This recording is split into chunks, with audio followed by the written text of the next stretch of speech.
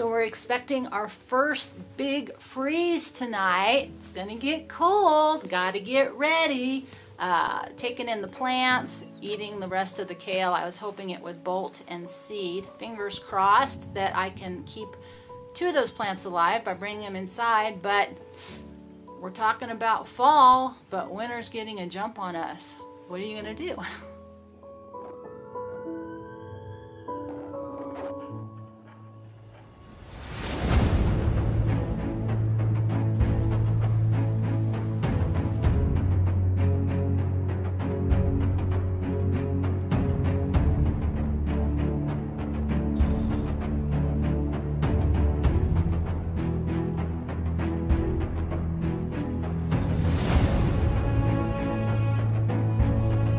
So pretty.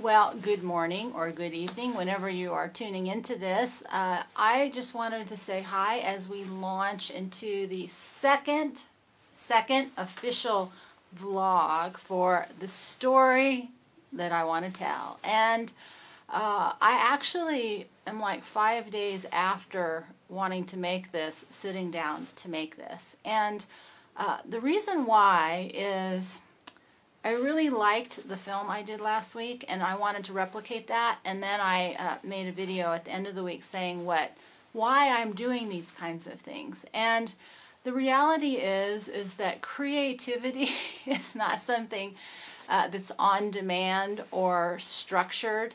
The more pressure you put on it, the worse it gets. And so in my haste to come up with something that I liked, I kind of stalled and blocked up and couldn't do anything. And I thought I wanted to talk about that. In thinking about how I want to do this, I have been overwhelmed with the amount of resistance, the amount of frustration, the amount of things happening to me that I am screaming inside about. And, you know, I talked about jumping off a cliff, and I just feel like I'm standing there terrified to take that leap. Not because it isn't what I want to do, it's just that it is overwhelming. And so I don't know how things work for you, but what I wanted to do today is just talk a little bit about what some of the reality behind the scenes for me is. And you know, the beauty of editing and doing 10 minutes of vlogging is that it isn't real. You just see a little tiny window. And of course, you know, I'm never going to show you everything. But one of the things that happens is I get overwhelmed with too many ideas. You know, most people say they can't have trouble making videos because they can't think about what to make. I have so many ideas, I stall out because it becomes too much and I clutter up in my head. And so, you know, the reason I'm saying I want to do this over the course of a year is to give myself time to walk through this process and not wait till I get to the end and say, okay, this is what happened, but to do, you know, kind of the ugly work of process as opposed to the fabulous time lapse of destination, right? And the truth is, we all know the journey is the destination, right? Not the destination itself, but we sure like looking at the destination because it's pretty and it's not ugly and raw and frustrating and depressing and exciting and exhilarating. And but that's what life is. It's 1,000 missteps. And so the other thing that I'm doing, you know, while I'm doing this with you online is I'm doing my Primal Human Training Project. And I'm now into the 2nd year of that. And it was really hard for me to organize, you know, 40 plus years of information into a 1-year program. And part of my goal this year is to show you the being human part as opposed to talking about it intellectually or providing the information. And so one of the things that this month is about, October, for those of us over there at 18 Crossroad doing the work, is The habit is information, information out. And the subject is motivation and accountability. And while I was talking about failure this week, I will be talking about failure this week on our podcast, is that and accountability and motivation, it occurred to me that it's so much easier for me to do it in writing and audio than visually, because you can't BS where you are, right? Like, I could describe this fantastical life to you, when the reality is that I'm still stuck in this same routine, in this same rut.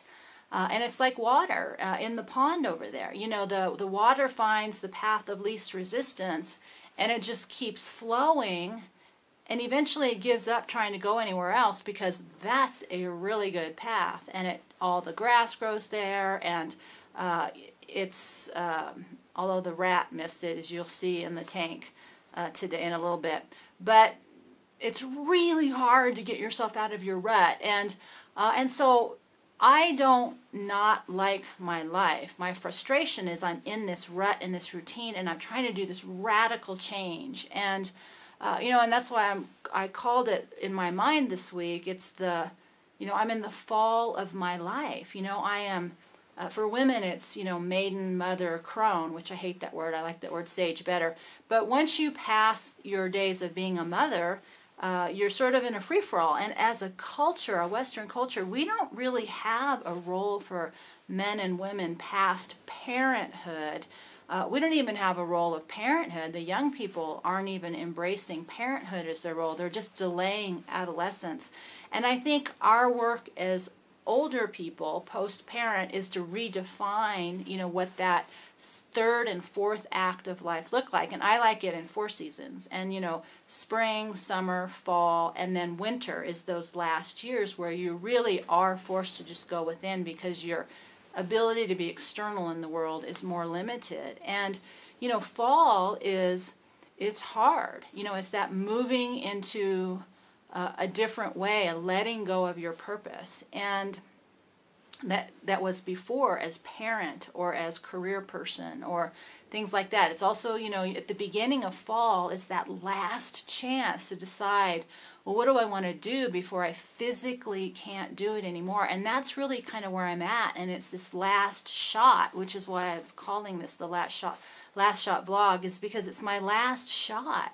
What do I want to create before I hunker down and settle in to the rest of my life? And while it's all up here, it's really hard to put it here. So I'm not making excuses. I'm just offering up some honesty in relationship to this process itself. And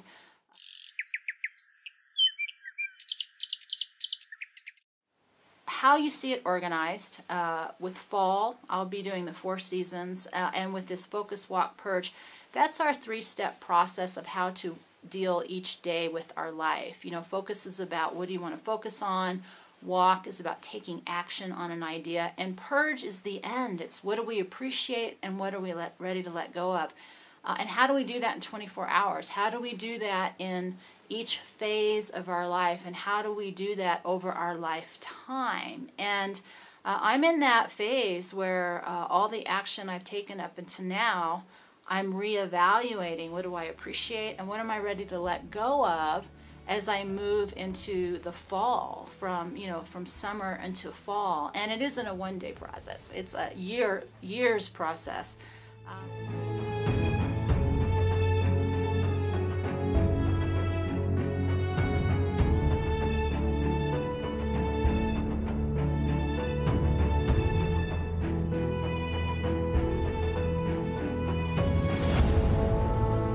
The structure of our survival is time consuming the more you go back to living as we were designed to live. We've evolved into conveniences, and the lack of these conveniences and comforts that I live with require a lot of time on my part, from fetching my water to cleaning up every day to getting the dog in and out multiple times a day, to fighting the damage with the rats, eating everything I have.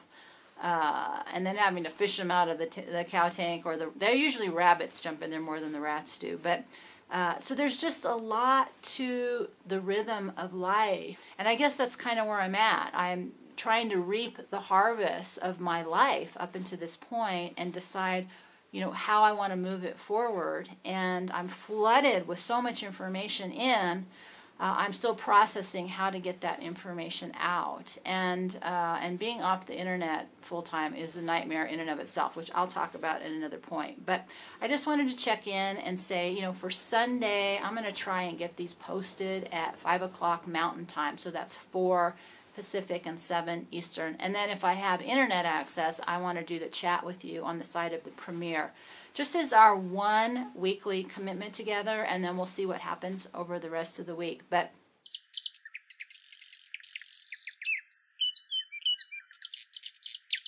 so I'm doing this with you one step at a time, and I'm going to try and show you each step as I go.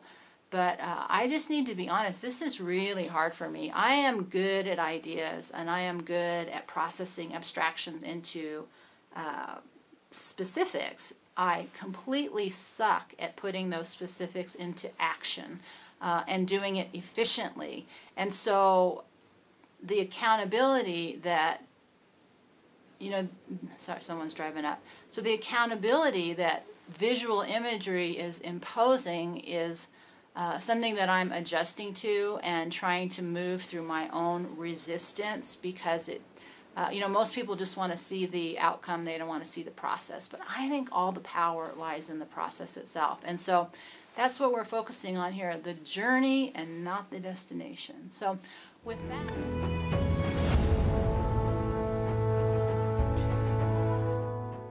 so I'm going to take a deep breath. I'm going to say thank you for joining me. If you want to keep seeing these, make sure you subscribe and look for that premiere.